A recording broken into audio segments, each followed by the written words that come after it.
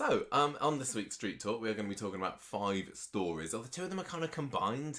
I've put the Paul and the Gemma stuff together. Would you kind of agree that they're kind of the same story? Yeah. So we got the Paul story first, but there is going to be lots of stuff about Gemma's dilemma as well, which Gemma's is maybe a storyline.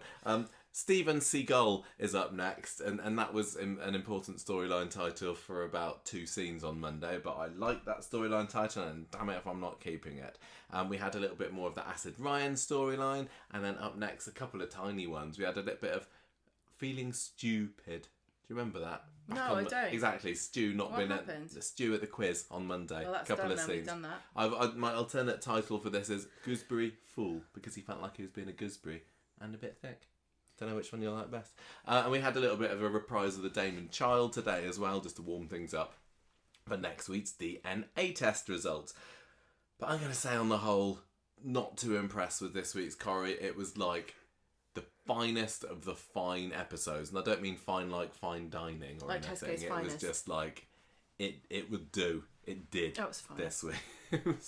But we'll see what we can make from it. Some weeks it's like it does feel a bit like you could just write it down and put it in the letterbox. I'm sure everybody did some lovely hard work for this week's Coronation Street. There was some fine acting, fine writing, fine everything.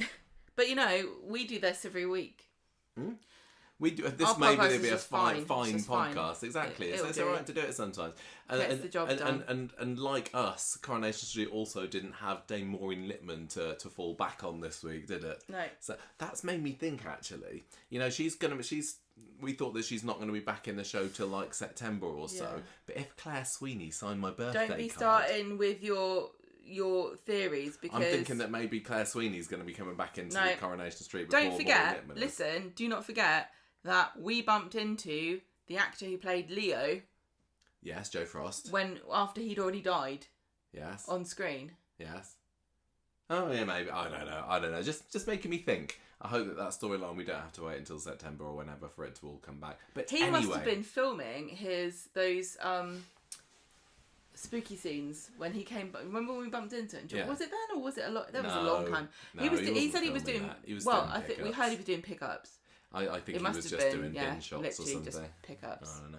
Anyway, right, the Paul storyline, Gemma. You are hot, so I will go. I know first. what he was doing. What? He was because that was the same day that we saw Todd Boyce as Stephen filming the scene where he dragged Leo's body out of the bin. Yes. He was obviously there so they could get his likeness for the model that they used for the corpse. Clearly, yeah. If you've seen the photos of that, you will know why that's a funny joke. Right, so Monday we got the chili contest. And actually, I gave Monday's episode a bog. No, I didn't. I gave it a bobbins on Street Talk Shorts this week because on the whole it wasn't great, but I did like the chili contest stuff. It was better than I thought it was. Gemma's got the chili, very nicely designed chilies by the Red Butterfly Bakery, weren't they? Well, the lady that's her company. Yes. She's now doing props. Yeah, she's got a proper job on Coronation Street now, and hasn't she? But they were sugar. A proper job. Yeah, she made them out of sugar. Yeah, they look really good, didn't they? Everybody. They look great. Really nice. Fake chilies. Yeah, lovely.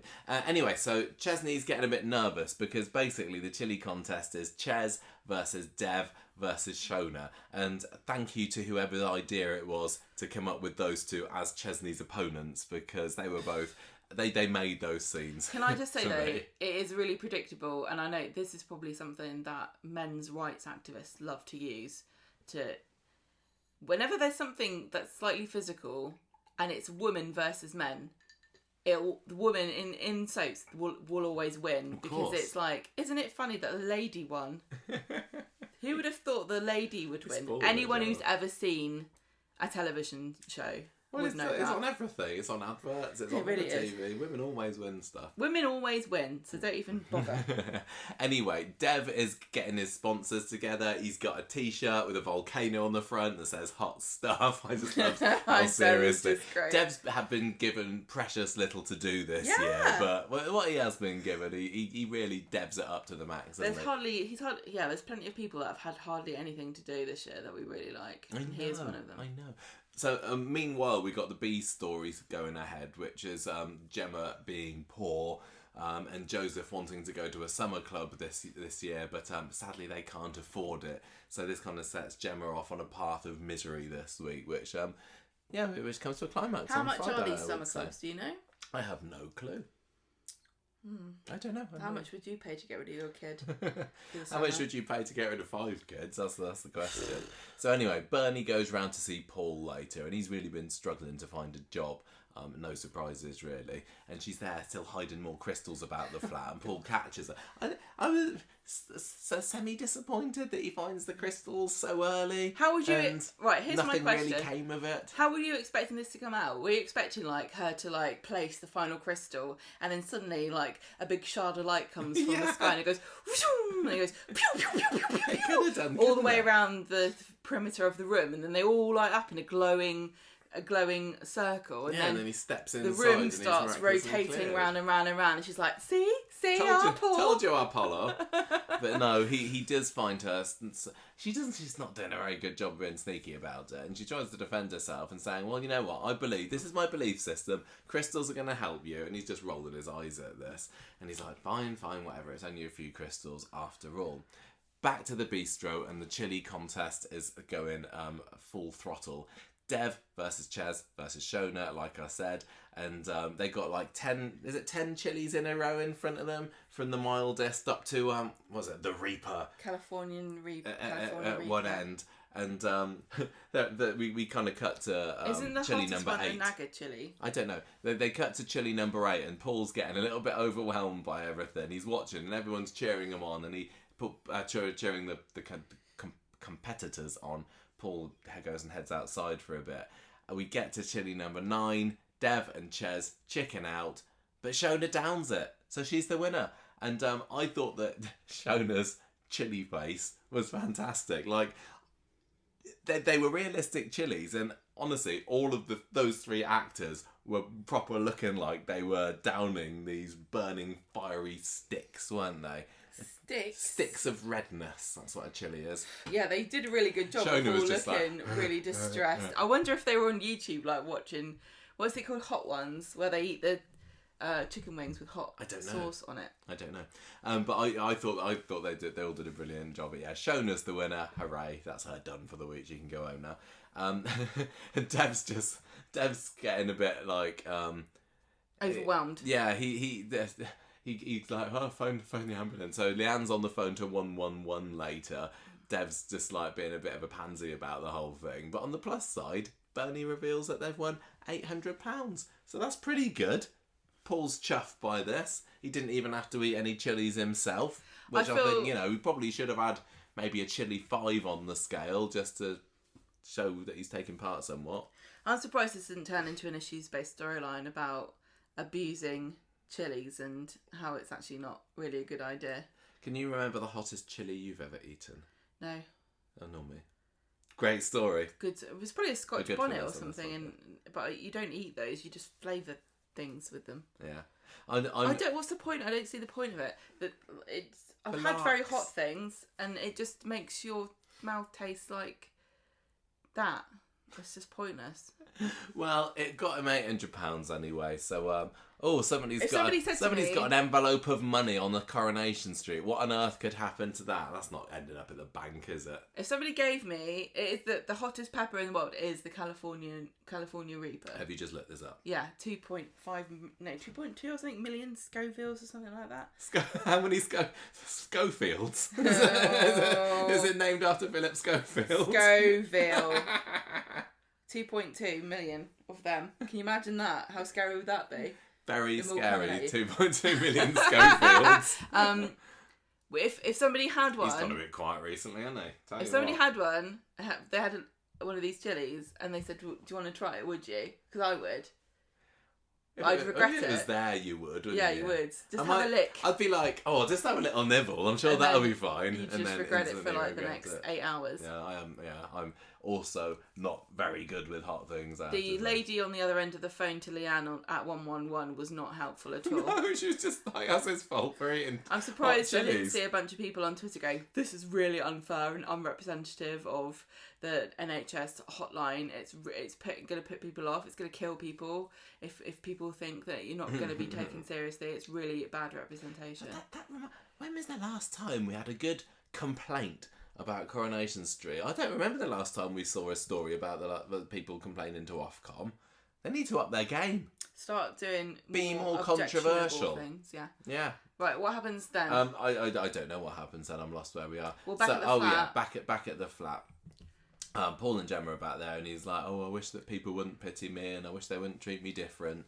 And Gemma walks off, and she's all upset about the whole thing, so it's all looking a bit sad. So Bernie tells Billy about the crystals later, they're all at the flat. Billy's like, "Crystals around the house? Well, that's just silly. That doesn't compare with real. proper religion." He's been accepting of other mainstream religions, for lack of a better word, hasn't he, in the past? But he thinks that crystals is just a little bit too mumbo jumbo-ish. Well, and then so they get into an argument, and Paul's like, "Stop bloody having a go at each other. I don't need this." Well, I think he's right though, because Billy's saying this is silly. It doesn't compare with religion, and he's right because it's not religion. It's science, isn't it? It's crystals. Crystals, yeah. I think that he's just crystals have been disproven, and religion hasn't. Nobody's disproved it yet, have they? No. So it just rocks out the ground, Bernie. Come on.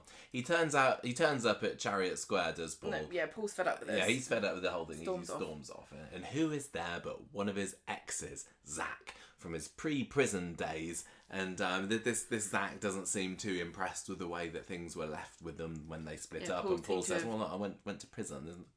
Couldn't do anything about it." But then he does do this like unnecessarily long flirty look over the advert break. It was a bit of a Gail holding her engagement ring to the camera for like a minute. Yeah, it was a very long end of part 1 of Coronation Street as Paul's just flirting, going, hey. So after the advert there, Paul and Zach get a drink together. Meanwhile, Bernie goes round to number 5 to tell Gemma and Chesney what's happened with Paul and everything. And she's a little bit annoyed that she's getting got at when Billy's allowed to do his prayers and stuff. And she says, he's allowed to do his prayers, why aren't I allowed to do my crystal stuff? And Bernie says, look, it's fine. Paul's going to be okay. Just let him blow off some steam. Gemma says that.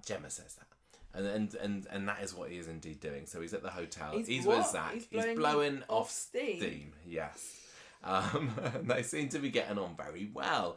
But Zach's clearly resentful about how Paul dumped him back in the day.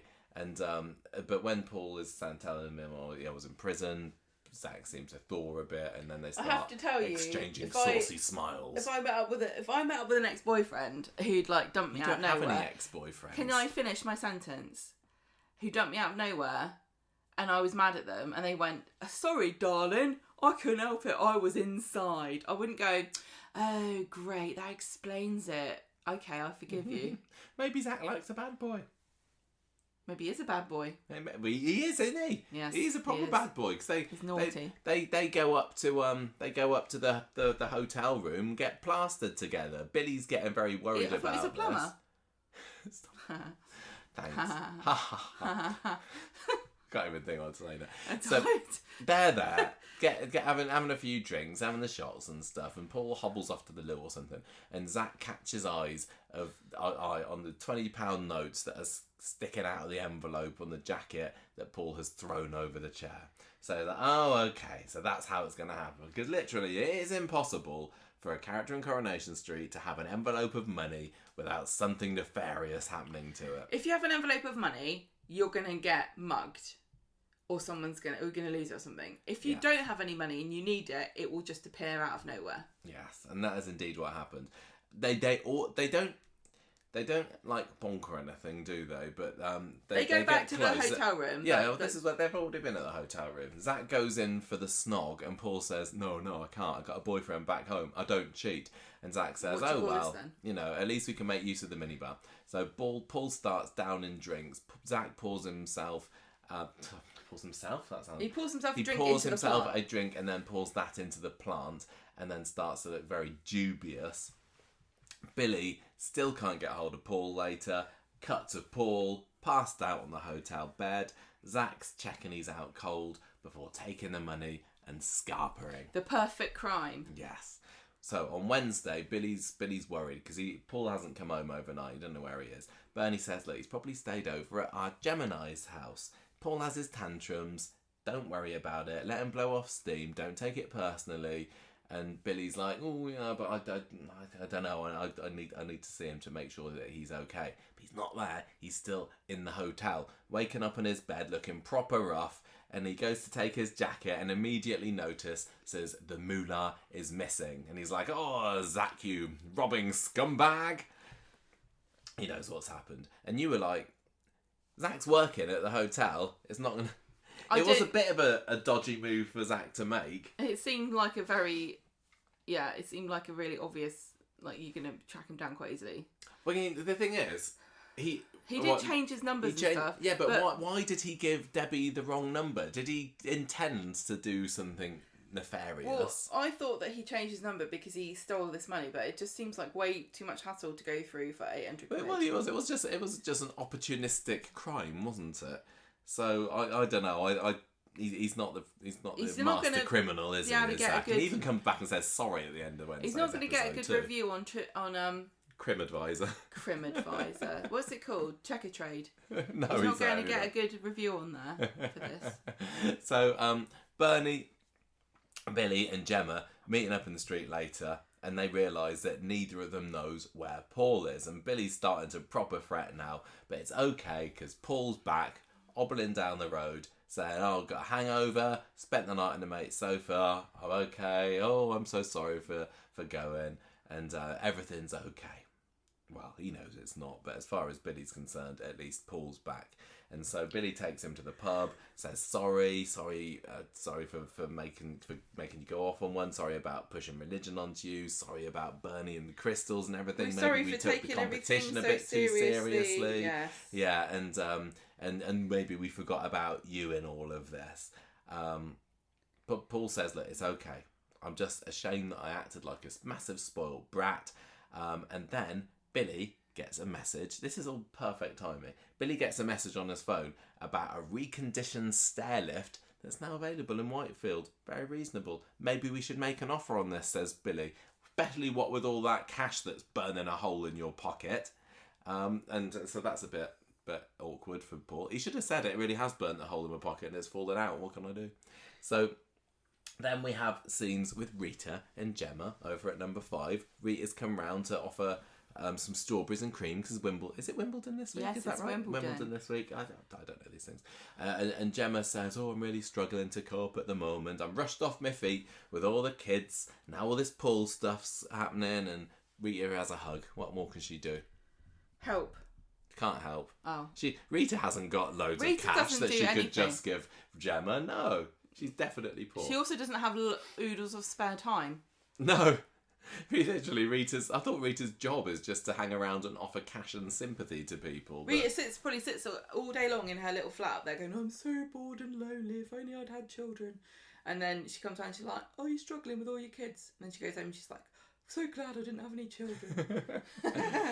Back at home, Paul's putting off taking the money to the bank. Well, there's no money to take to the bank, but Billy's trying to say, I really think you should go and get it in that vault, and I'll take it if you like. And Paul says, no, stop going on about that money. Stop being such a nag, Billy. Yeah. And then, surprisingly and quite refreshingly, I think, he admits that he was with Zach last night.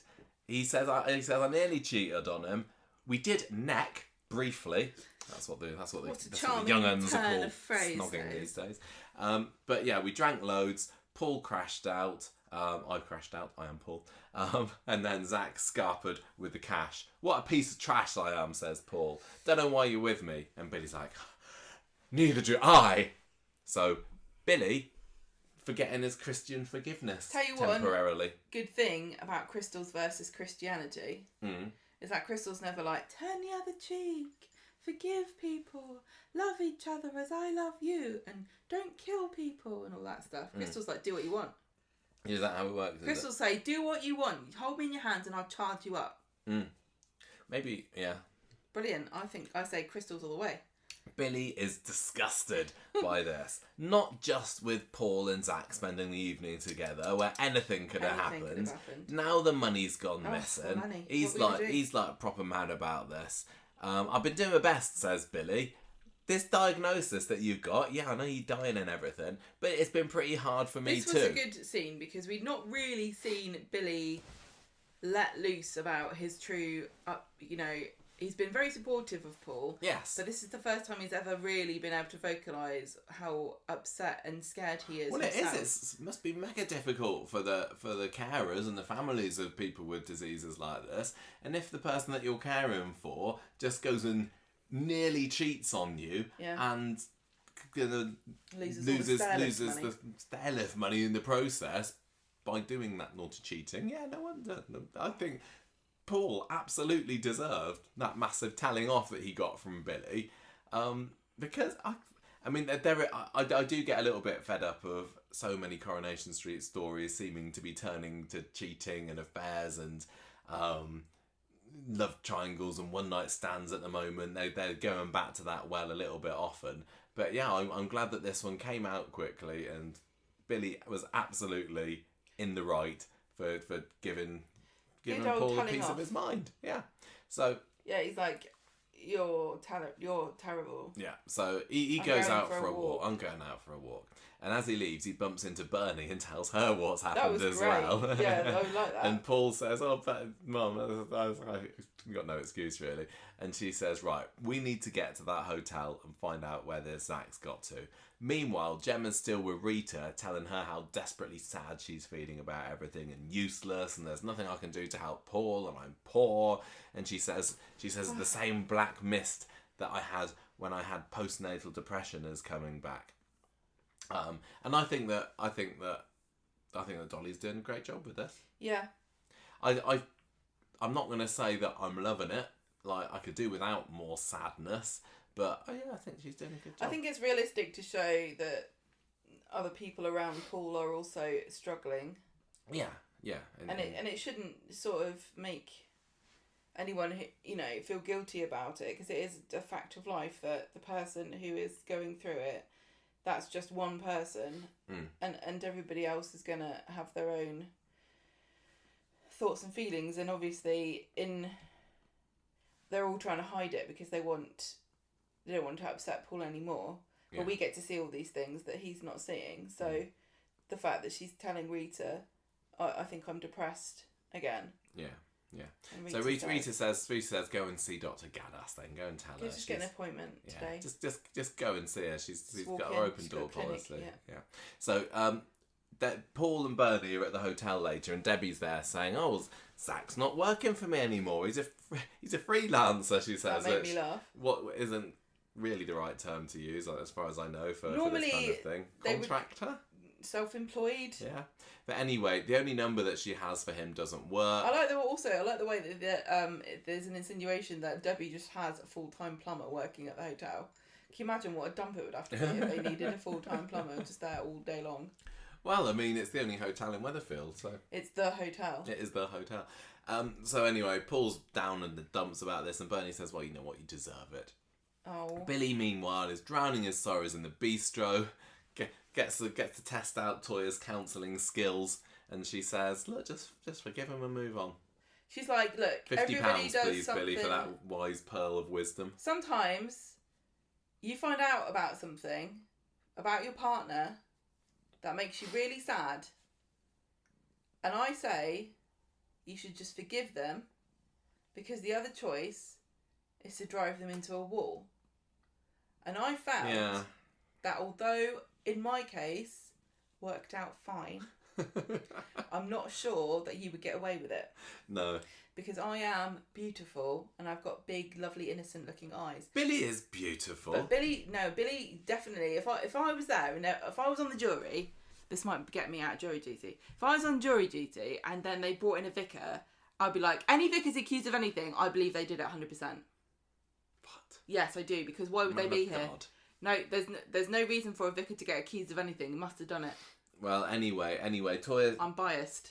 Toya's like, look, maybe flirting with Zach made him feel alive and a bit less rubbish about this predicament. She did give him really good advice. He's in. Yes.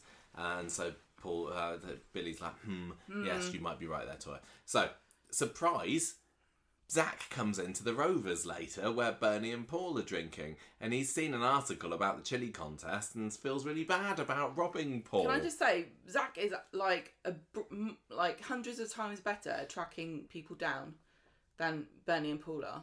Yeah, they've all been looking for him all day, and he's just like, there you are. They're in a pub. Found you straight away. Of course this is where you'd be. Because doesn't Bernie get up and lock him in? She closes the Rovers' she does. front doors or something, and he's like, no, you go, have the money back. Yeah, Sorry apparently about that. this chili contest has been publicised in the papers, but it doesn't seem to have brought in any more Slow money. news day. Everyone's just reading it going, huh. Anyway. Paul says, look, thanks very much. Should have told you about Billy. He's like proper feeling guilty about this whole thing, and Zach's like, oh, is there anything else I can do? And Bernie tells him to hop it. Maybe this is building up to like Zach sort of going away and researching some amazing soap-land cure for Paul. Maybe he's going to find out he doesn't actually really have MND. It's just a soap version that's that pops up every few years when they need it for storyline purposes. Yeah. Paul goes over to number 5, tells Gemma what's happened. She says, you bloody idiot. Stupid selfish idiot. Gives him a telling off herself as well, telling him a few home truths about you can't just expect everybody to forgive you for anything just because you got MND. I thought that was great. This is the sort of thing you could only really tell your brother or your sister, like somebody who's really Those two are brilliant like, together. I really, really love their relationship. Don't just go around being a scumbag and then going, but I've got MND. Yeah. Doesn't work like that, exactly. bro. And he's like, thanks very much for your honesty, sis. And you need to be honest with Chesney that you're struggling too. So she does. Chesney comes home later and Gemma says, you know how you're permanently sad, Chesney? You know, like, that is your one and only expression, misery. I'm feeling that too as well at the moment. I got some antidepressants today from Gadas. And Ches says, oh, you're amazing, Gemma. You do so much for the family while I'm at work slicing kebabs.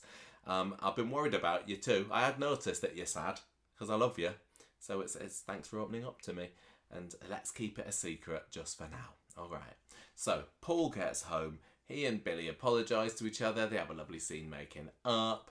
Paul says, look, I got my money back. Not everything, because hasn't Zach spent some of it? And I don't know. Paul's like, oh, it's my penance or something. I wouldn't. And Billy says, look, I'm sorry if I've been pressuring you about the baptism.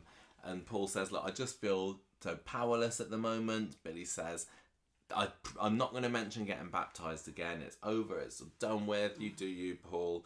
And Paul says, I'm just not ready yet to think about my death and what happens afterwards, okay? I don't want to act like an idiot, but I have been one. I'm just really afraid of the future. And then they have little scene with tears streaming down their cheeks. And it's all very sad, but at least they're friends again. It's all very sad, but at least they're friends again. Friday, the story definitely moves more onto the Gemma side of things, doesn't it? And she's really tired. I felt that, I don't know, often I found on Coronation Street when there's stories about someone getting into some kind of mishap because they're really tired, there's not ever much of a build-up of tiredness. It's more like they're tired that episode, and that episode is when something sad is going to happen to them. Gemma's been moaning about this for weeks, Has for she? years. Yes.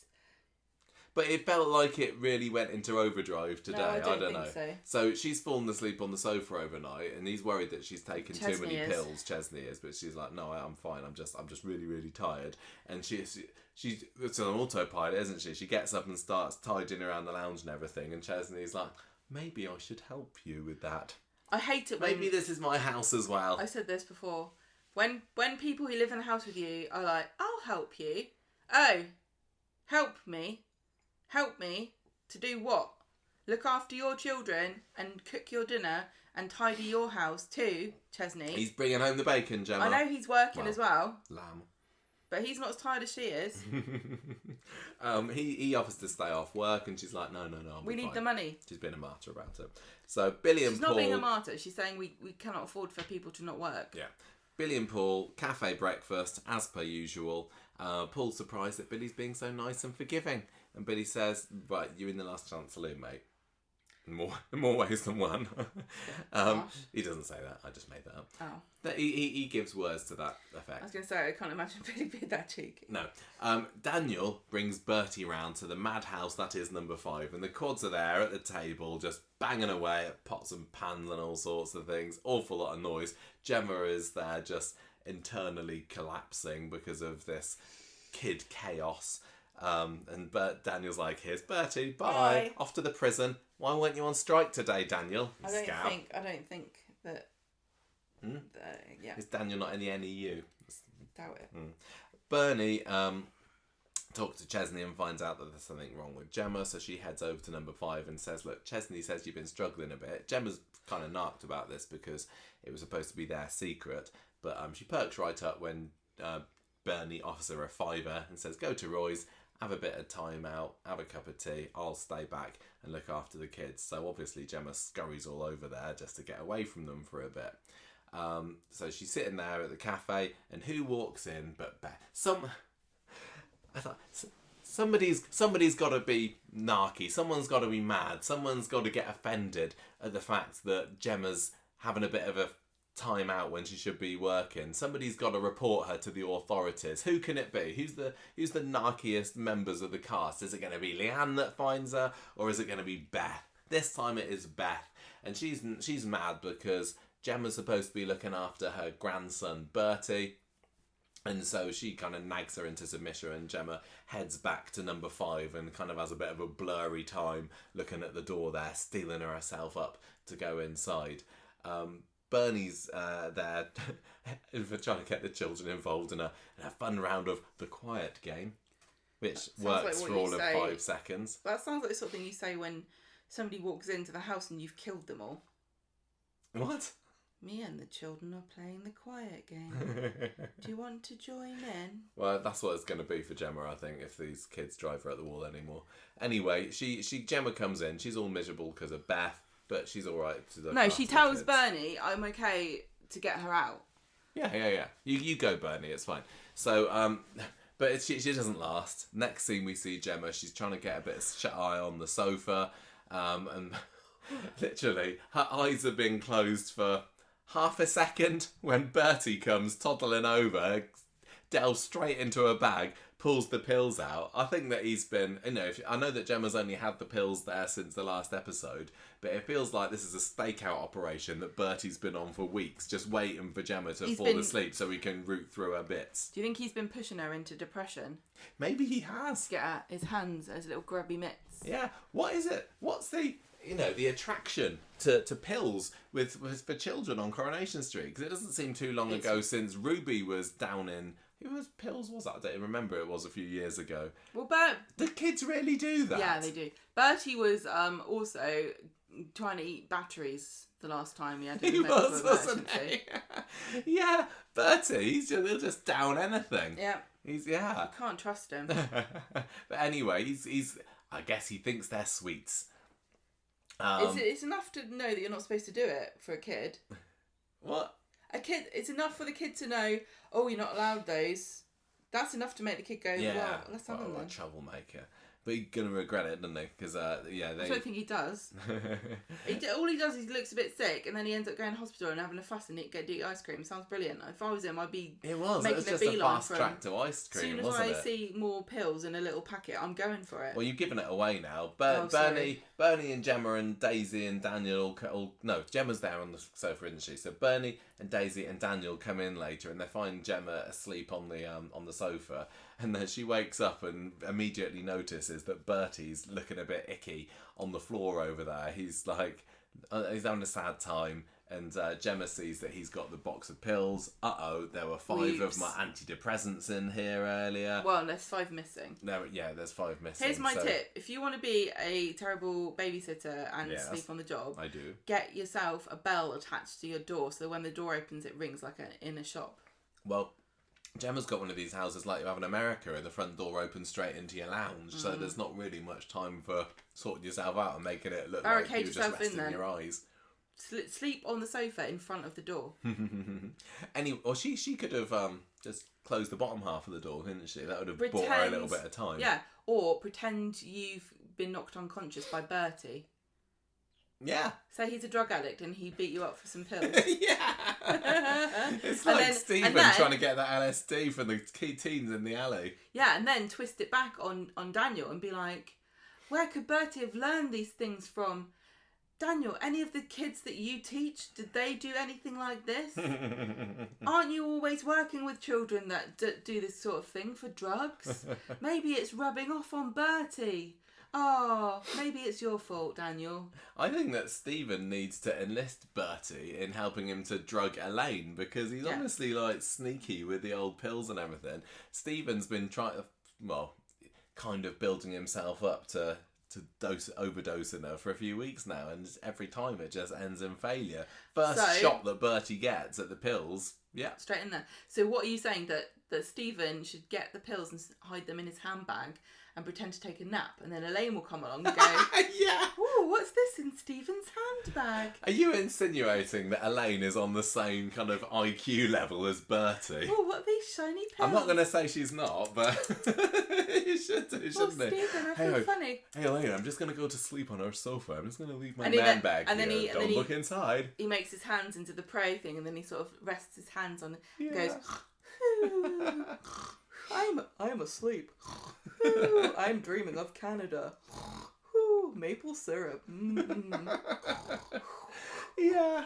And then Elaine just can't help herself. What was it? What was it called? Oh, beaver tails. Tell you what. Did you see on Reddit this week the video of a moose? I've told you they're huge. Is this they're bloody massive? I told you this before. It was like towering over this car. They're like 10 I thought feet they were tall. just like horse No, I told size. you this. I showed you a video. Me many things. I showed you a video of it's like a monster. It's like like when they show you that you go to one of these museums. They're like, hey, back in the day, that rats used to be the size of a house, and there's a picture of a man next to a giant rat, and you're like, wow, this is what a moose is like. I couldn't believe it. Yeah. I'm not surprised. I'd want to get out of Canada if I thought one of them was going to trample me down. That's why they're all well-odd. This is why Canadians are so chill about everything. Because they know that one day they could come face to face with a moose, and everything else is just gravy. Yeah. Anyway.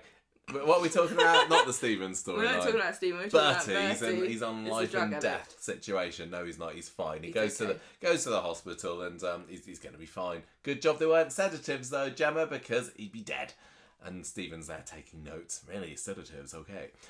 Daniel says, look, it was an accident. Gemma's mortified with like how it could have gone, and Daniel says, you know what, it's fine, could have happened to anyone, even Daisy's there, and I thought that Daisy might be a little bit more any excuse to have a pop at Gemma, even though they weren't maids. But yeah, she's been forgiven, but Gemma has certainly not forgiven herself. She's beating herself up about how bad it could have been. It's got no leg to stand on when it comes to telling people that they're being bad around children, pushing them down the stairs, having his mobile phone in prison when he's not supposed to. He's terrible. Terrible man. Anyway, so Paul and Billy are talking baptisms in the cafe later, because Paul's had the idea that to make up for his little dalliance with Zach in the hotel, he's gonna get himself dunked. And Billy says, "Are you sure you're not just doing this for me because you're feeling guilty about Zach?" And Paul's like, "Oh yeah, you got me. I do just want to make it up to you." There's no point in doing it then. And, yeah, Billy says, "Look, this is a big commitment. It's not just about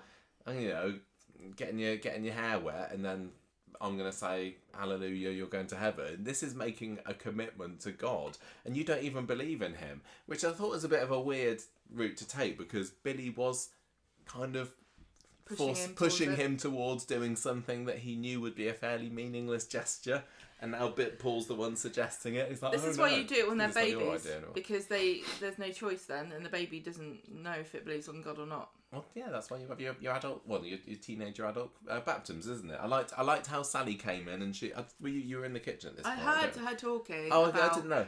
No, I told you that I was listening. Oh yeah, okay. So yeah, she was talking about Sophie's I baptism. know, because I heard her. Oh no, okay. It was nice. I was cooking your tea. Back. Thank you. So Beth comes to visit in hospital. immediately wants to know if the police have been because she assumes that everybody is just like her and wants compo for anything. Dobbing and Daniel's everyone like, no, it's fine. They're our Such a mates. grass. It's not really Exactly necessary. what I would expect of Could a have happened. policewoman's Could have mum. happened to anybody. Policeman's mum. And Beth says, Bertie's all I've got left to Sinead. Anything Yeah. could have happened. That was sad. Yeah, a little bit, I suppose. But I don't really enjoy watching Beth, so I don't. She may have an excuse, but I'm not buying it. I always, whenever Beth is very protective of Bertie, I always just think it's that link. But I mean, he's all that Daniel has got left of Sinead, But you don't apart from a hard drive of videos from her. I wonder if Sinead recorded a video of like a now Bertie, don't do drugs. Bertie, when your childminder falls asleep on the sofa, don't eat pills. Don't take a pills out of a purse. Oh, you went a bit Beatles then. Sorry. Anyway, My impression was perfect. it was exactly what Sinead sounded like. Yeah, they asked me to do the videos for that, and I said no because I didn't want to wear a blonde wig. They should be. They should have recorded her, had her recording messages of life advice for him. She did. Well, no, like telling him off stuff as well. Well, like your mum's going to tell you off from beyond the grave. Yeah, like every time when he swears, she's going to say, Bertie, we're going to wash your mouth out with syrup.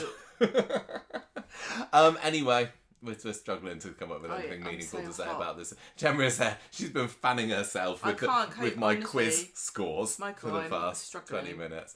Okay, right. So anyway, it's all okay. Beth's in a mood about it, but there are a couple of scenes. We were wondering a couple of weeks ago whether her and Kirk are still split up, haven't we? And seems like they are because they had a bit of a standoff in the cafe.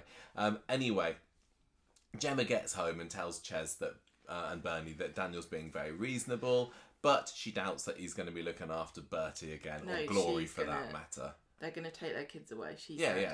That's what I said. You said he. No, I typed he, but I said she. Bernie tells Chesney later that she might have given Gemma a goddess complex or something, and that she needs to take things more slowly.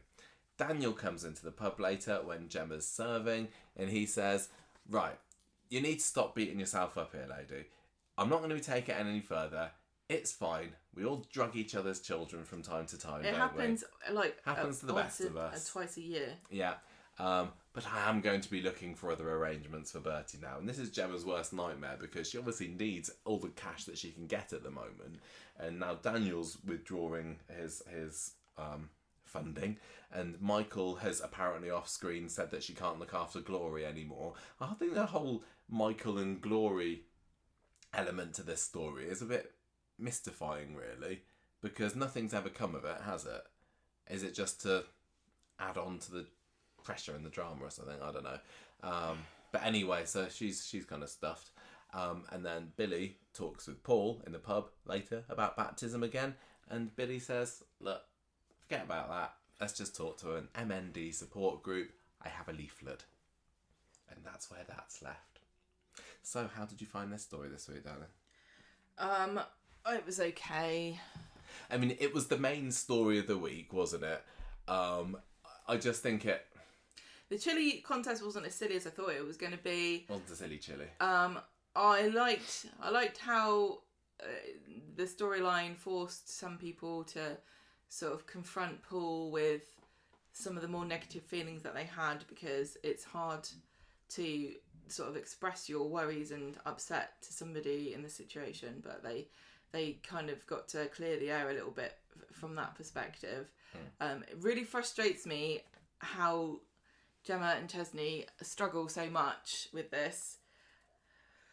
Do you remember that they had trouble with electricity bills? That's still going on. They're always having money problems. It just really annoys me. I wish Coronation Street had never done the Frescoes storyline. I know, you always come back to that. I'm sorry, but I do, because this would have solved all of their problems. They'd have a mansion by this point, the Fresco They could money. have at least been comfortable with what they were doing, but they decided not to, and their children are literally suffering for it every day. Because they're not sellouts.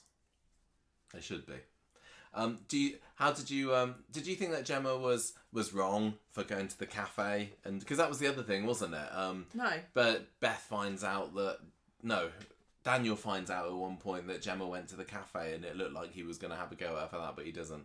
I don't know. I don't know what the rules are if you're a childminder like this.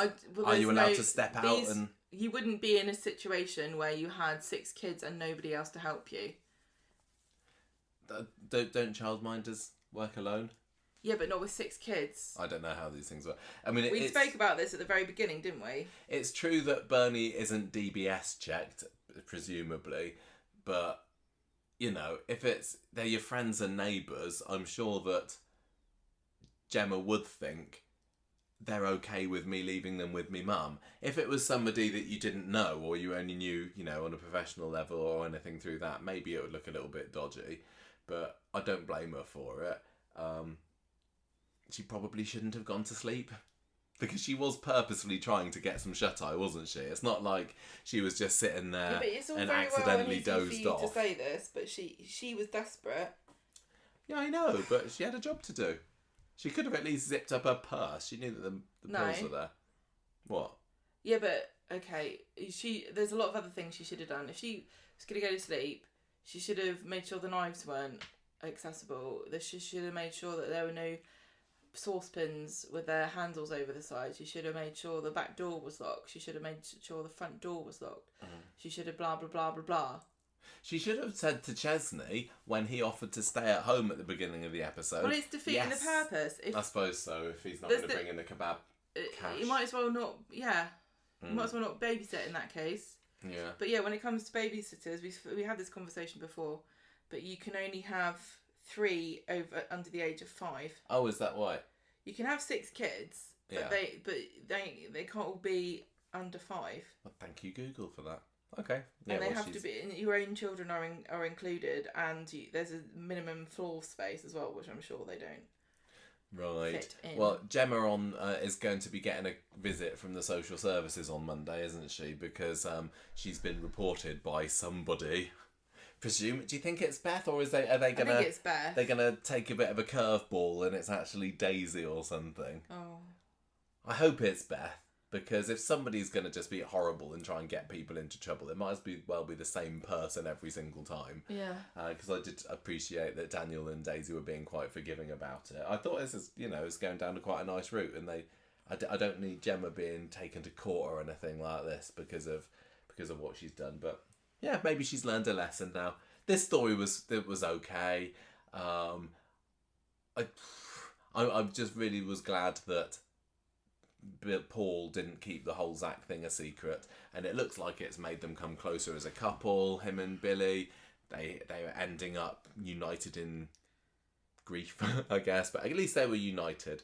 So that was that story, really. Gemma.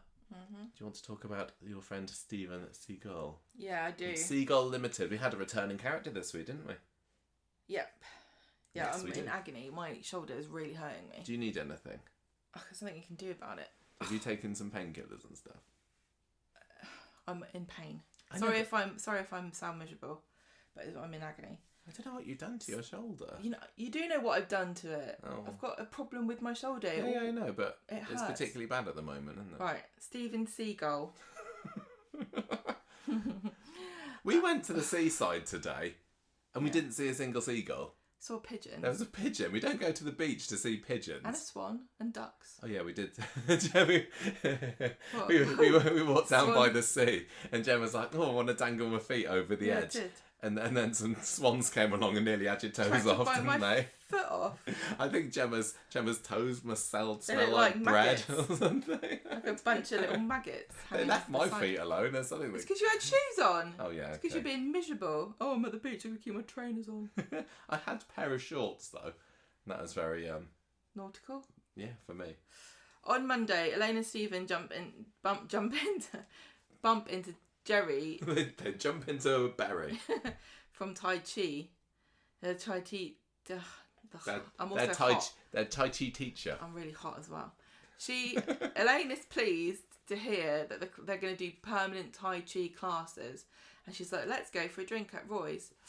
And then, meanwhile, Carla is trying to contact Stephen because she's like, this seagull, who are these seagull people? But he's not picking up the phone. So then she goes to find him in the cafe, and she's like, "Oh, he says, the consultant can't make it over today. And she says, well, I'll go if you see them then. How about that? I don't even think they're real. You're making it up. I can't find them online or anything. I need to speak to them, otherwise I don't believe you. And so he says he's going to set up a video call with them later.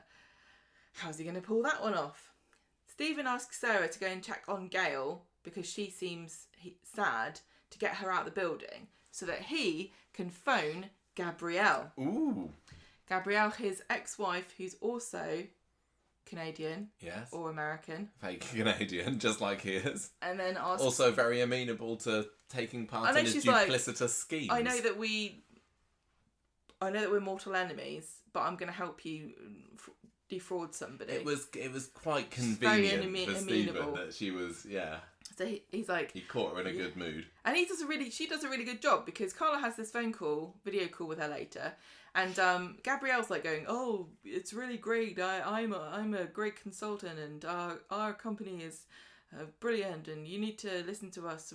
We're forecasting that you shouldn't try to do business with Russia or something. And she tells Carla that Stephen is probably convinced. Her best asset. And Sarah comes in and then... I don't know why Gabrielle would do this. Well... Seriously. Well, but anyway. Sarah comes in and Stephen tries to head her off because she's like, oh, seagull person. I think Sarah thinks it's an actual seagull. She's like, oh, there's a seagull. The seagull is talking to a seagull on video. I wanted to see this.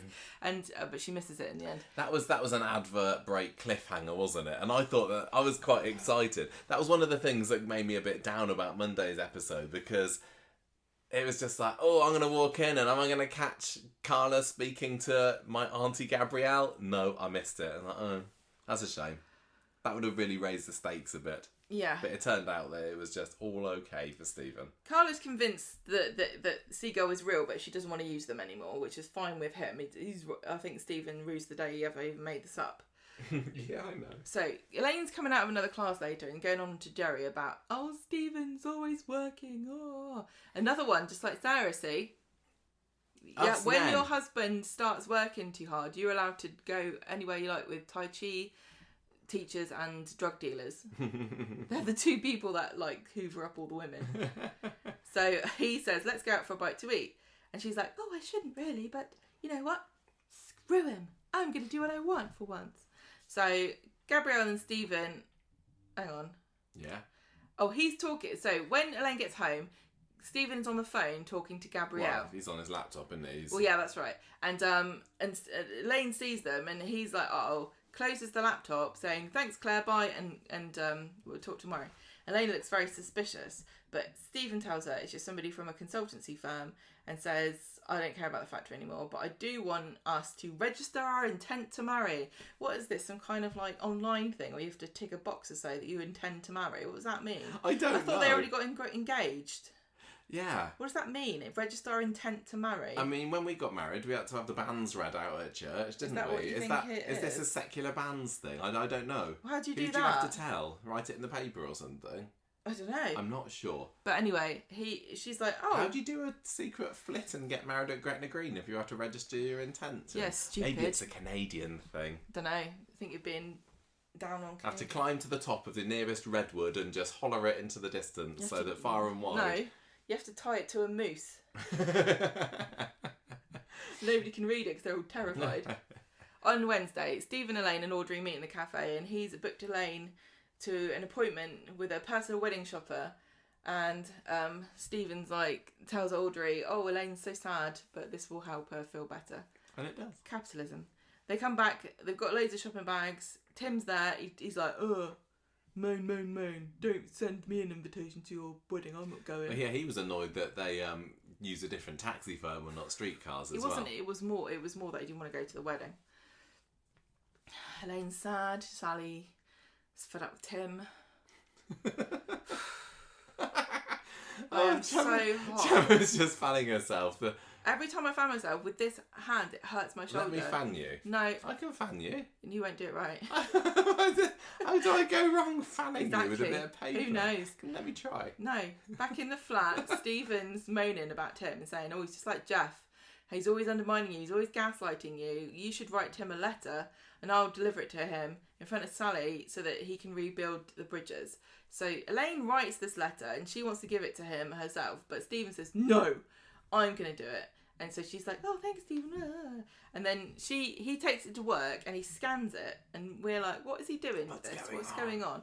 And we managed to get a picture of this letter, didn't we?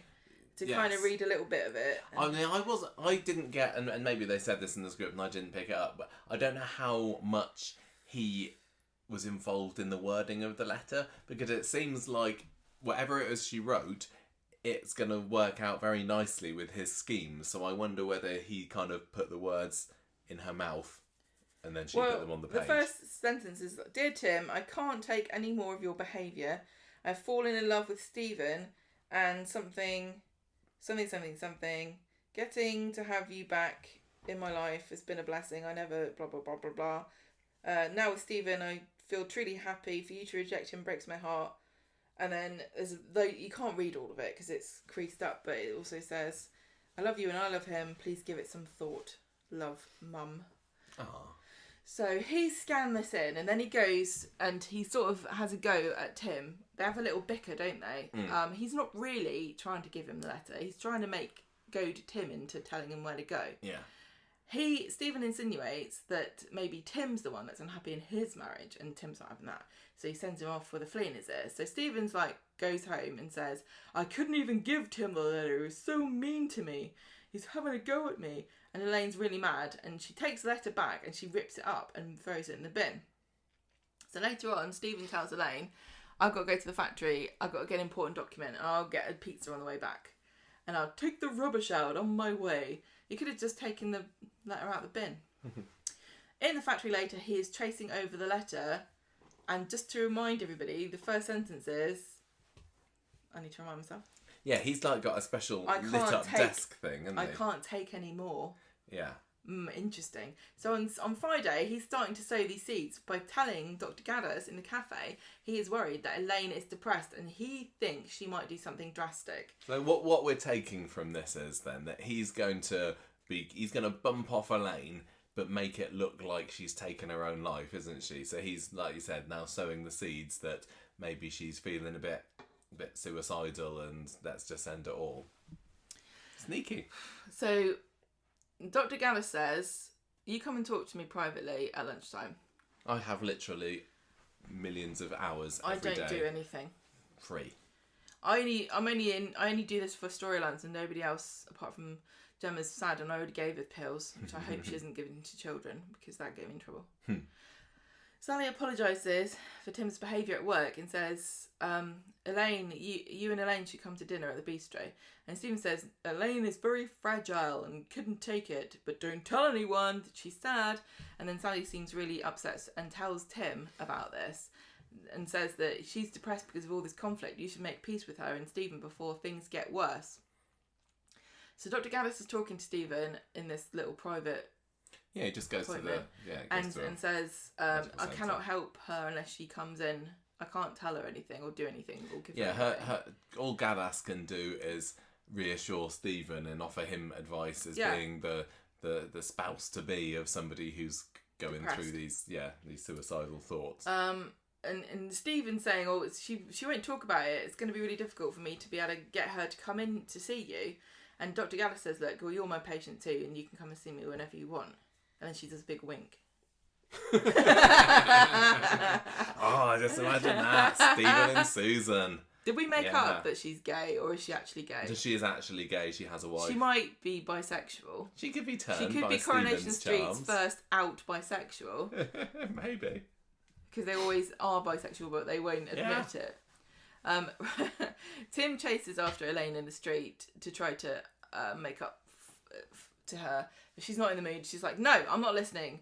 And he's trying to tell her that Stephen was the one that was having a go at him yesterday. And she's like, no, you need to apologise. I'm not having this. So when Stephen gets home later, he's surprised to see Tim and Elaine there and Tim apologising for everything. and Stephen's, Tim's apologising and Stephen's like really rubbing it in. Isn't he? He's like going, he says something bitchy that kind of puts Tim's nose out of joint. Yeah. And neither of them clearly are making up with each other. No, they It's all a both kind charade. of, they both end by giving her a look. So Elaine thinks that everything's cool between them. Because she's stupid. Stephen now knows that, well, he kind of knew already that Tim's onto him, but he knows that, Tim's now, his scheme over the last week or two to estrange Elaine from Tim has now completely failed because they're back to being on speaking terms again. So he now needs to, try a different tack. But I suppose that he can still get her to, he can still poison her and make it look like she took her own life, couldn't he? Teach her fake Tai Chi moves that actually makes her more stressed. Yeah, what's going on with the Tai Chi and Jerry? Do you think, because I was wondering as well after Monday's episode, is Jerry now going to be Stephen's next victim? Jerry's going to die. I hope not, No, I don't because think so. He's not important enough. we don't need another nobody. Inconsequential Yeah, death. I mean, Elaine is still fairly inconsequential. Sorry, Elaine. We liked Elaine. I know I did. I'm kind of hoping that he hurries up with it. I'm not finding this kind of slow build up and what's Stephen doing quite as gripping as, well, it's nowhere near the same as Richard trying to make Audrey think that she had Alzheimer's or anything like that. It's feeling like it's still been a bit of a C story of the week, really. And I just kind of want him to get on with it now. I'm not like, do you think, is it feeling slow at all to you? What's going on with Stephen? There's a lot happening, but I just need it to be a bit faster. Yeah, I'm just laughing because you accidentally put Gemma's last sentence at the end here. Oh yeah, I did, didn't I? But it's funny because you accidentally typed something at the end where it looks like you've written, she worries they're going to take the kids away from her. For Dick's sake. It does, doesn't it? Yeah. So any thoughts whatsoever about this story, or other than weren't you hot reading that out? Can I get a drink? You can go and get a drink. Bye. See you later. I know. Yeah. I wonder what's going to happen with this wedding, because if they're setting, I'm going to see how long I can talk without Gemma coming back. I'm wondering, are they going to get married in the next month or so? So I'd quite like, if he's going to kill her, and he kills her at the wedding or after the wedding, or like they go upstairs afterwards, and that's when he poisons her. I think that could be really exciting, and maybe that's why they want to have this wedding happen quite soon, because it's going to speed up the chance of the murder. I don't know. Gemma's back now, everybody. I did have a little pause there. I haven't got anything to say about Got this. hiccups now. This is a good story, but I just didn't feel this was a great week for it, which is the same for anything. There's not a whole lot here that made me think, ooh, that's made it take an unexpected turn. We knew that he was trying to poison her. I suppose the main new stuff here is that he's going to make out like she's trying to kill herself, and also now Tim's back on her side, but yeah, whatever. Acid Ryan, another story which took an awful long time to get going. So there was just a couple of days of him being a bit sad about him having a scarred face, and again, that's what we've seen a lot of in the past few months. So Monday, Ryan hears about Owen pulling out of the factory and is wondering about his and Carla's finances and how things are looking bad for us, and money's looking bad for everybody. And he says, well, maybe I should get a job. And Carla says, well, yeah, go back to the bistro. I'm sure Leanne and Nick will be proud to have you there. Absolutely, they'll let you in. So he goes and has a job at the bistro. He goes to see Leanne, and she's like, yes, please. But he gets a bit spooked because, what a surprise, people seem to be staring at him a little bit.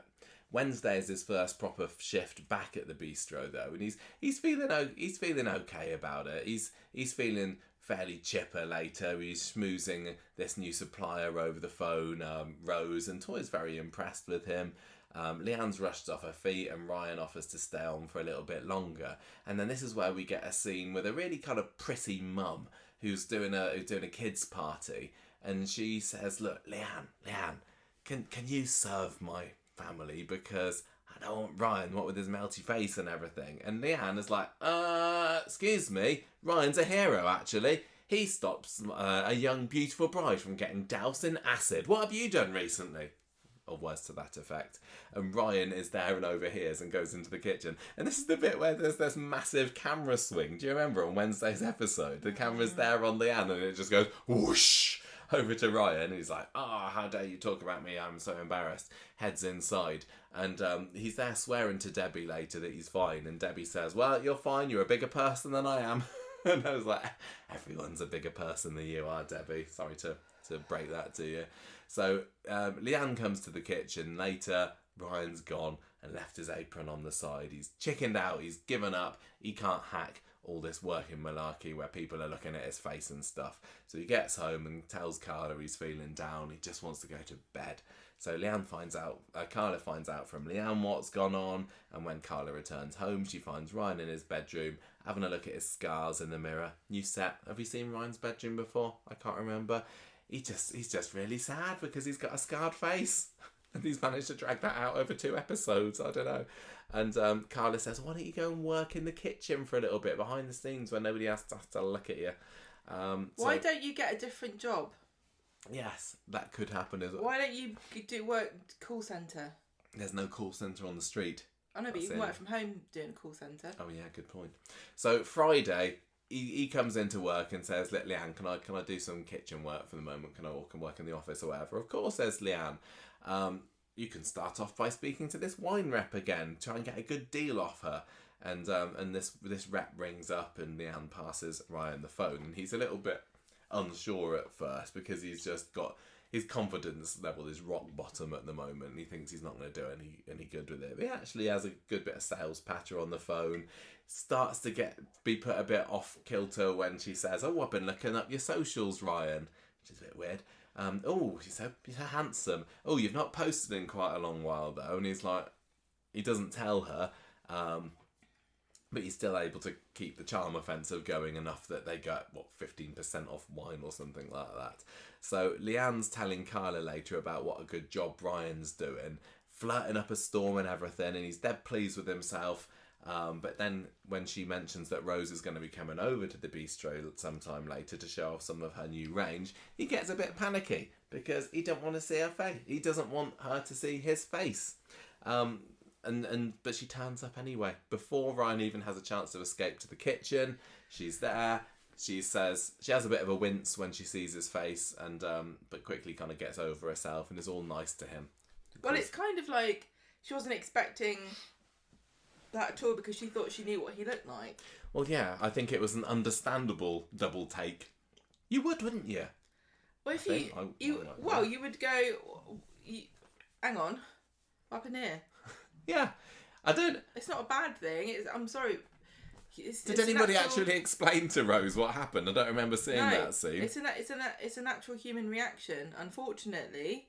Yeah. And Ryan, the thing is that Ryan cannot ever control how people react to his face. He can only control how he reacts to their reaction, and it's not fair at all on him. But life is gonna be a lot easier for him once he manages, and obviously it's only just happened to him. He's got to practice this, and he's got to work on his how well he can deal with it. He probably should be in therapy. Well, yeah, but also I know not to be harsh or anything, but he needs to start practicing. He needs to start getting a bit more used to it because he has had lots of opportunities now for people to do that to his face. It feels like every other week somebody's looking at Ryan and going, he's going, I'm so hideous. I know it's not been too long in real terms, but you're never going to be okay with it. But you can't, like I said, you can only control yourself. Yeah, I just feel like they're circling the same old story beats in this at the moment. Well, doesn't this validate this just validates their decision to turn the story slightly into a Daisy and Ryan affair story, because you're saying that you don't find it interesting and you think it's circling the drain, whereas I do. Not the drain. Alright, but you know what I'm saying. Yeah. I still find it interesting, and I don't think this is another different scenario. He's never had this where he's sort of met somebody for the first time on the phone and then I guess. And also the twist here is that she actually does still fancy him a bit, and she offers to take him out for a drink later. He thinks that she's just pitying him and patronising him, and it's like, oh yeah, what's that? Beauty and the Beast. And she gets offended and leaves. So I don't know whether we'll see her again. Rightfully but I so. quite like Rose, actually. I thought she was quite charming. But she was right to be like, oh, you're going to be a dickhead about it. See you later. Yeah, exactly. So Ryan gets home in a sulk later and tells Carla what happened. And she makes him see, look, you need to stop jumping to conclusions about what people are reacting Yeah, like but she's to been doing this herself. Who has? Carla? Carla's been doing this herself. Doing being what? overprotective, and every single time somebody says something off colour slightly, she's like, no, don't say that to Ryan, he's a hero. Yeah. But anyway, look, people are going to see past... You need to see past your scars. It looks like some other people are already starting to do it. Just get over yourself. Go and live with your mum for a bit. Go to Ireland and leave me alone. Yeah, so... Is that what she is? I think she is. So for the first time in about 2 months, Michelle gets a mention. It's like, she's clearly not coming here to visit you, Ryan. Why don't you go and dump yourself on her? Yeah, so he's going to think she that's says, a grand idea. I will literally pay you to go away. Yeah. So Ryan is being removed from the story for a little bit. She says, the makeup department are sick of you. Yeah, give the girls at the makeup department a bit of a break. And he does a little scene at the end, doesn't he? Because he's looking at himself. I think he's looking at some Ryan Prescott social media pictures with his abs out and everything. I think it was. It said Ryan Connor, but I think it looks like just ones that were taken off the actor's social media. And he's going, oh, look how handsome I was. He's probably like, oh, did the acid get my rippling six-pack as well? No, a few that's still there. But no, he has a bit of an Asher moment, doesn't he, against the mirror, and he's holding up a picture of old Ryan on his tablet next to new Ryan. He's like, oh, I've changed. But I didn't think that scene was as good as the Asher scene. I thought it was unfortunate that it led you to immediately think of it in comparison. It felt like they were trying to... If we'd had this one without Asher's one, it would have been more powerful. Maybe. But it wasn't the Asher scene was fantastic with the magazine, half a magazine. That was just brilliant. And this felt like it was a poor imitation of it, I'm afraid. If Ryan wants everybody to get not stop paying attention to his face, maybe he should take his top off.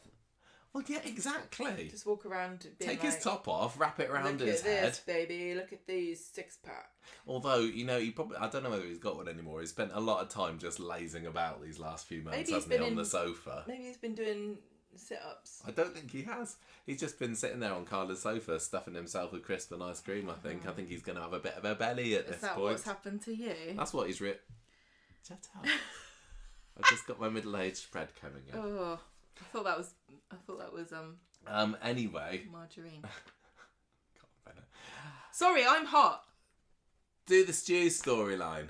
Is this the last one? No. Oh my god. We've also got what's going on with Sarah and Adam, but that's not very much either. Everyone loves that. Last week was like the longest street talk we've ever done. I've got a feeling this is on track to be the shortest. Literally, there's not much. I'm so sorry. I'm suffering. I can't. Gemma's got a bad shoulder and it's hot, and there just wasn't that much that happened in Coronation Street this week.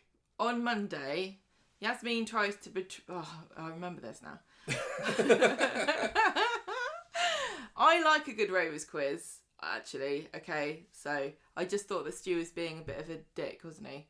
So Yasmin tries to persuade Roy and Stu to go to the Rovers quiz night, but Stu doesn't really want to go. But Nina's... Oh no, I can't remember who didn't want to go, but one of them doesn't. I don't think Stu wanted to go because he was feeling a bit thick, and he feels like he's a bit of a gooseberry, and much like Evelyn was sensing a spark between Yasmin and Roy. I think maybe old Stu is also feeling a bit pushed out. So Tyrone's in the team too, like you just said, and is so that... they. Okay. I don't know whether I did, but fine. He was. They all go to the Rovers, and it's them versus Kirk and Kev and somebody else in that team. I can't remember. Kevin. But there was no other teams, was it? It was the most lacklustre quiz I've ever seen in there. There were two teams, and one of them had Kirk on. So Kevin was pretending that he wasn't really in the team, but he was. Yeah. He was answering some of the questions. So Stu's feeling like a spare part until they get to the football round. But he doesn't answer one of the questions and he feels bad about it. And he feels all alienated, even though the team wins, and he goes home. Tyrone goes home, and Nina's been babysitting the girls and made Hope a PG goth playlist, which is great. And she says that she likes Hope, but she put the playlist on because she got a bit sick of her at some point. I love that. Tyrone asks Roy if he noticed that Stu was narked off, and Roy says not really, and Tyrone's like, I guess not then. Meanwhile, Yasmin is apologising to Stu for dragging him off to the pub quiz when he didn't want to go. And Stu's like, no, I was just really embarrassed, I didn't know the answers, and anyway, I don't mind because I like having a swat for a girlfriend, and they have a little kiss. Yasmin talks about being a swat at school, doesn't she? They have a kiss, and that's it. That was it. That's it. That was just massive filler. What was their team name? I don't even remember what their team name. Did they have one? I'm not sure. Great. Yeah. Is there a... I don't know what's going on. Is there sexual tension? I don't think there is anything between Roy and Yasmin. No, but I don't people think just so think either. there is. But the fact that, for me, it feels like, well, obviously there is absolutely nothing there. It's not particularly exciting. I mean, is Stu going to leave Yasmin and then her say, oh yes, maybe I was getting a bit too close to Roy and his historical society larks? I don't know. What is this just, we moan that there's not enough character moments, and then when there are some, we're like, this was it. This was point? Character stuff. What's the point of this? It's not a story. But the problem is, what's going on here is a kind of a spin-off of the Evelyn storyline, and Evelyn wasn't in it. So it just wasn't naturally as good. I mean, I love Roy. Yasmin's great. Not too fussed on Stu, to be honest. He's fine. But there wasn't anything there that was really that exciting, was there? And it did just highlight again that the Rovers is still fairly empty at times. And then finally, we had the Damon child story. And it's just Adam still being a little bit, what's the word?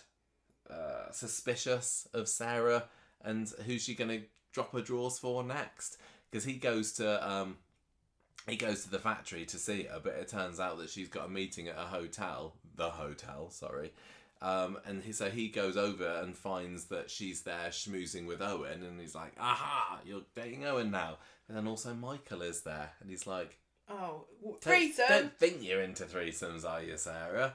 And then when she gets home later, she says, look, you need to learn to trust me, my darling. And these DNA test results that we got next week, they can't come soon enough, because they're going to come through and everything's going to solve all our problems. Thank God for that. I've been hearing on Classic Coronation Street recently, Audrey has been calling family my darling. Oh. And it just made me wonder. Do you think that's where Tina O'Brien decided she got inspiration to be watching Classic? I don't know. So what are we saying for this is our last chance to make the prediction, Gemma. DNA test results, Damon. Or Adam? Damon. I think Damon. I think it's going to be Damon, but we theorised last week about whether Sarah is going to tell Adam the truth about this or not. That remains to be seen. But it's funny also that if you rearrange the words in the letters in Damon's name, it says Adam. It nearly does, doesn't it? That's about the extent of the commentary that we can provide for this week's Coronation Street. That was about an hour shorter than normal for Street Talk. Did we forget anything? Is there like a story that I completely forgot happened? I don't think there is. This was lackluster. This podcast gets a bobbins from me. We had a really nice chat about what I had for my birthday at the beginning of the podcast, and it just kind of deteriorated from there, really. And I think if Gemma hadn't been quite so hot, I don't think we would have got anything more out of it. It was just a week of kind of things kind of happened, but nothing was that consequential, really. It was okay. It was an okay week. What are you going to give it then? I've got to go low. I'm going to give it 2.5 whips in Jenny's back room. That was out funny. of 5. Who was it that was saying that? I can't even remember. I can't remember the context. I think it was Bernie. I think it was Bernie because anyway, yeah, anyway. 2.5 whips in Jenny's back room. Yeah, I was going to give it 2.5. 2.5 what? Baby's called John. It's true. I can't think. Have I ever taught a child called John? I can't remember. But wouldn't they be called Jonathan these days, or Nathan? I've had that, but John is a name in its own right. It's my middle name. I'm not I'm not Michael Jonathan Dodson. I don't agree with it. Yeah, or Steve. I don't think I've ever had a child called Stephen in my class after all these years either. So that Daisy was onto something. They're all called cutesy little names now, like Tabitha and Gooseberry. Yeah. Why? What's happened to the half a baby in your 2.5? You don't want to know. Is this a King Solomon situation that's been going on here? I wonder. Character of the week. Okay. Good question. That is a good question. I'm going to give it to the seagull. No, there is no seagull in this. I'm going to give it to Gabrielle. I'm not going to give it to Paul because he's naughty. Yeah, he was very naughty. He nearly went. I know he pulled away from Zach. I mean, maybe Zach's the character of the week because he saw the error of his ways and he came and fessed up and gave the money back. What about Shona for doing such a great job at eating chilies? Shona was pretty awesome at the chili. I love the bit where Chesney and Dev gave each other, or they gave themselves nicknames, didn't they? Like Chesney was Iron Guts. I can't remember what Dev was, and Shona was like, I haven't got a silly nickname. This is serious. Yeah, that was funny. She was great. She was great. But is that enough for her to get character? I don't know. What about Gemma? But she was good this week. What about Gemma? Dolly Rose was good this week, but Gemma did fall asleep when she had some, quite a big responsibility. I know who I'm going to give it to. Who? Bernie. Yeah. Because I want to say today, I thought she was a lovely mum today because Gemma was struggling and really down and tired, and then Bernie told her to go and gave her money and told her to go to the cafe. And honestly, that is the best thing. That is the right thing for her to have done. I know that, it's not good for child-minding purposes. This isn't real. But I've heard many a time, and I'm sure that parents can attest to this being true, that when you get overwhelmed with a child, they say if you've got a baby and it won't stop crying, you need to put the baby down and just go away for like 5 minutes. The baby will be fine, but you need to remove yourself from the situation. And this seemed just as intense. Like she was being really got at and she couldn't cope mentally with what was happening. And so she did need to just step outside somewhere and just wind down for a minute. At what age do children stop being You like tell that? me. I don't. I mean, by the time What do you mean they're 9 being like what? just Overwhelming. sitting in the chair It's to and do with bashing things personalities and as well, making as much as anything noises else. and needing constant supervision. It's to do with personality. She's still got a few more years in it, probably, hasn't she? Bernie is an excellent choice. I might go with Billy because he was very forgiving when he found out about Paul and Zach. I think that he wasn't a pushover. He wasn't. No, he told Paul some very much needed home truths. Yeah. He's taken a step back from pushing baptism on him. And he didn't immediately tone deafedly go, "Oh great, you want to get baptised? I'm not going to ask any questions. No, it's what I want, so I don't care." Yeah, so I get it. I'm gonna go for Billy. He's gonna be my character of the week this week. This is a good story. This Paul storyline is bringing out some interesting character traits. Yeah, for the peripheral. Yeah, definitely, and it's interesting looking at all the award nominations. What was that? That was just the Rovers falling down. So the award nominations, everything's it's all about Amy's story. Mm-hmm. It's all about the acid story, and I haven't seen a whole lot so far of nominations left, right, and centre for Peter and Dan and Jane and everybody for this story. And I'm starting to think that come the end of the year, it could well be this story that's up there as my story of the year. I don't know, but there's definitely going to be a lot of good ones to choose from because we got Stephen, we got Acid, we got Amy. Well, this storyline may not have much to recommend it as it goes on, depending, it's going to get very depressing. Yeah, it is, but I couldn't even watch Sinead's storyline, so I don't know what I'm gonna do with this one. Don't know how far this is gonna go, but we will have to wait and see. I think that's gonna be it for Street Talk. Yeah, we're done. Short one, but we got plenty of news to cover, so let's head over Hooray. to that.